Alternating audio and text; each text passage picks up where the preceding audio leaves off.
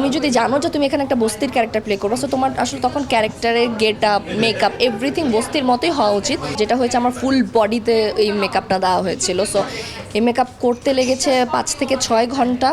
আর এটা করার পর আমি না পানি খেতে পারতাম, না খাবার খেতে পারতাম, না ওয়াশরুমে যেতে পারতাম। সো সব কিছু মিলিয়ে 5 থেকে 6 দিন আমার টানা সকালে উঠেই মেকআপটা নিতে হয়েছে। আমার একদম শেষ পর্যন্ত, রাতে যতক্ষণ না আমার শ্যুট শেষ হচ্ছে ততক্ষণ পর্যন্ত আমার না খেয়ে শ্যুট করতে হয়েছে।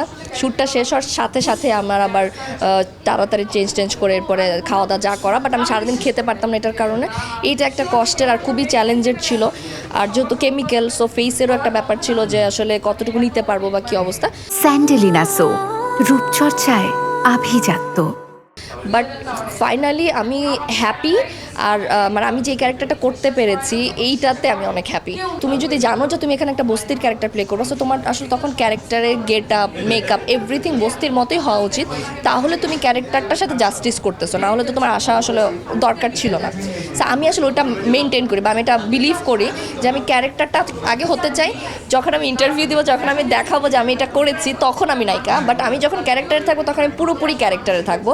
সেটা মেকআপের দিক দিয়ে হোক, এটা গেট আপের দিক দিয়ে হোক, কস্টিউম হোক, সব কিছু। সো আমি ওইটা সবসময় রেখেই কাজ করতে চাই। মানে আমি পর্দায় নিজেকে নায়িকা হিসেবে প্রেজেন্ট করতে চাই না, পর্দায় আমি ক্যারেক্টার হতে চাই।